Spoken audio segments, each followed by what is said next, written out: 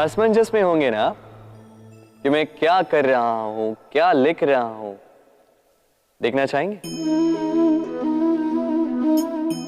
अब आप सोच रहे होंगे कि मैं माटी पे माटी क्यों लिख रहा हूं। इसके पीछे एक बड़ा कारण है, किंतु वो बताने से पूर्व तनिक मुझे पानी पे पानी तो लिखने दीजिए।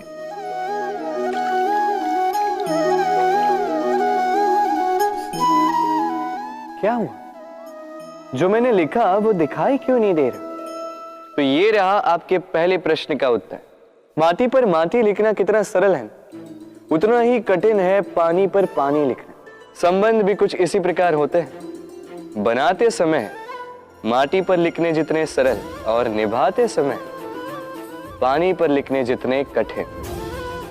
अब प्रश्न ये उठता है कि पानी पे लिखा कैसे जाए।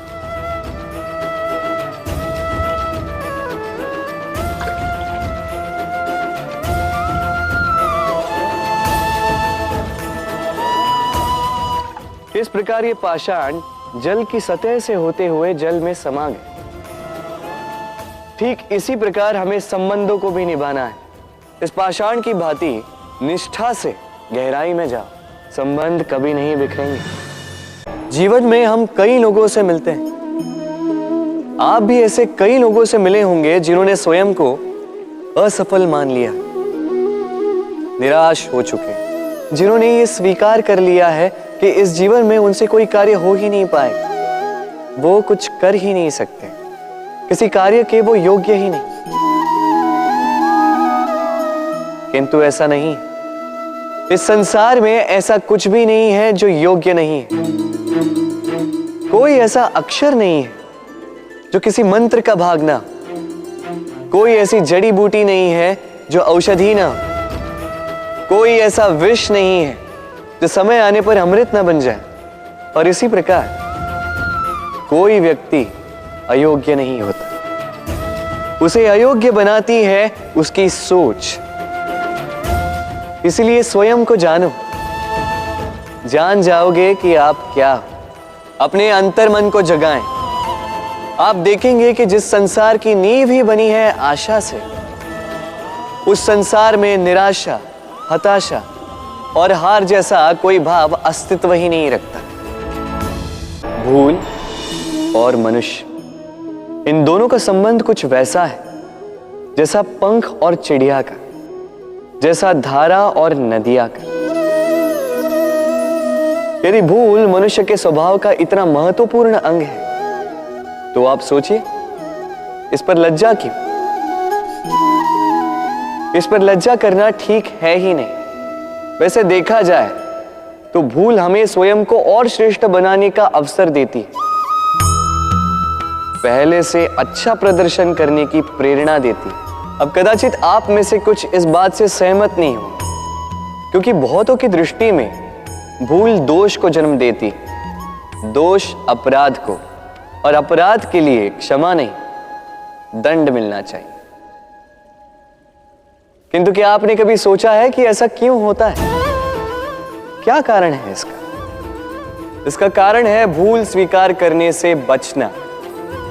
यदि आप कोई भूल करोगे और उसे स्वीकारोगे नहीं तो वो भूल दोष में बदल जाएगी और वो दोष अपराध।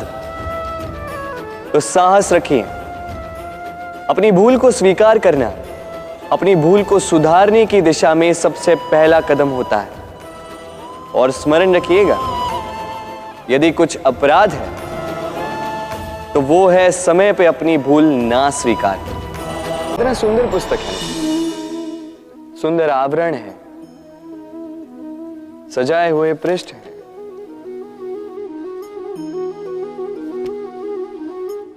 किंतु क्या ये सत्य में अद्भुत पुस्तक कहलाने की पात्र है? क्या इसमें जो लिखा है वो सत्य है, प्रेरणादायी है, हमारे लिए मूल्यवान है? कैसे निश्चय लिया जाए इस बात का? अब आप सोचेंगे कि सीधी सी बात है, आवरण को देख के पुस्तक की गुणवत्ता कैसे जानी जा सकती? इसके लिए तो आपको उसे पढ़ना होगा, उसे समझना होगा, समय देना होगा, है ना? बिल्कुल उचित सोच रहे हैं आप। बस आश्चर्य की बात यह है कि पुस्तक के विषय में आप ये सारी बातें जानते हैं, किंतु किसी व्यक्ति के विषय में आप ये सारी बातें मन में नहीं लाते। व्यक्ति का मूल्यांकन भी उसके वस्त्रों से, उसके शारीरिक रूप से या उसकी सुंदरता से नहीं किया जा सकता। उसके लिए आपको उस व्यक्ति को पढ़ना होगा, उसे समझना होगा, उसे समय देना होगा। पर हम क्या करते हैं? पहनावे, रंग, सुंदरता को देखकर आकर्षित हो जाते हैं, उसे प्रेम समझ बैठते हैं और आए दिन कोई ना कोई ये कहते सुनाई देता है कि उसकी प्रेम कहानी सफल नहीं हो पाई, उसे छल मिला। किंतु इसमें दोष किसी और का नहीं, स्वयं आपका है। आपने उस व्यक्ति को समय नहीं दिया, आपने उस व्यक्ति के विचार नहीं परखे। प्रेम 2 क्षण में बनने वाला पकवान नहीं है। इसका स्वाद चखने के लिए आपको जीवन भर का समय देना पड़ेगा। तो समय दीजिए, एक दूसरे के रूप से नहीं, आत्मा से जुड़ी। निश्चित ही मन प्रसन्नता से कह उठेगा,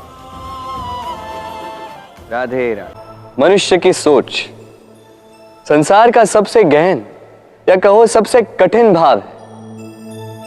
कब क्या होने के पश्चात ये मन क्या सोच बैठेगा, ये कहना असंभव है। और यही सोच कई बार हमारे मन में हीन की भावना ले आती। हम सदा हमसे ऊपर की श्रेणी के व्यक्तियों को देखते हैं, उनके जीवन का विश्लेषण करते हैं और फिर स्वयं को हीन समझ लेते हैं। इसके पास इतना धन है, इसके पास कितना बल है, और मेरे पास कुछ भी नहीं। मैं कितना हीन व्यक्ति हूं, संसार के लिए मैं कुछ भी नहीं।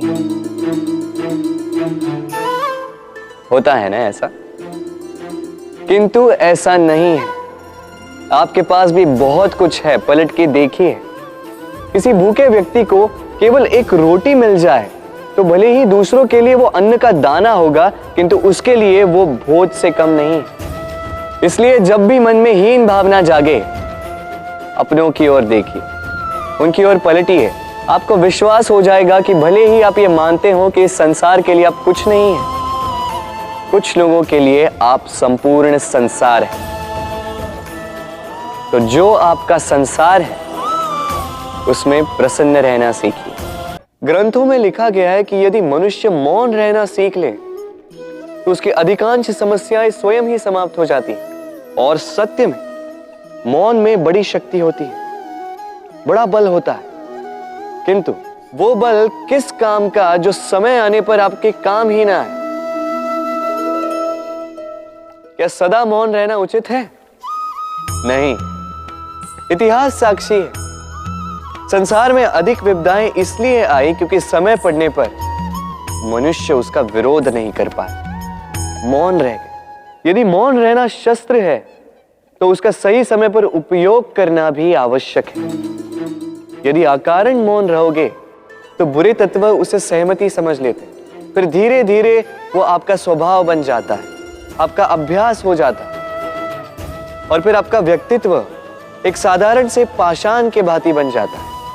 अपनी वाणी का आवश्यकता पड़ने पर सदुपयोग कीजिए। वाणी को कब वश में रखना है और कब मौन नहीं रहना है, इससे भी अधिक महत्वपूर्ण है ये समझना कि उसे कब तोड़ना है। कभी आपने सोचा इस संसार में हम सबसे अधिक किससे जुड़े? अब कोई कहेगा माता पिता, कोई कहेगा मित्र, कोई कहेगा पत्नी, तो कोई कहेगा संतान।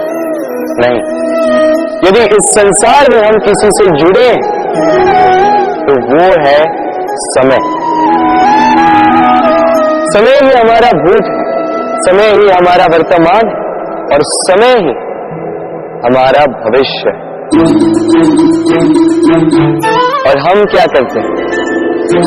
सबसे अधिक जुड़े समय को, सबसे बहुमूल्य संपत्ति को हम नष्ट कर देते हैं। कोई भविष्य के ऊंचे सपनों को बुनता है, कोई बीते कल को कोसता है, किंतु तनिक सोचिए, बीता कल आपके सोच विचार करने से बदलने नहीं वाला। और भविष्य के विषय में सोच विचार करके यदि आप अपना वर्तमान नष्ट कर देते हैं तो आपका भविष्य भी बीते कल की भांति ही होगा।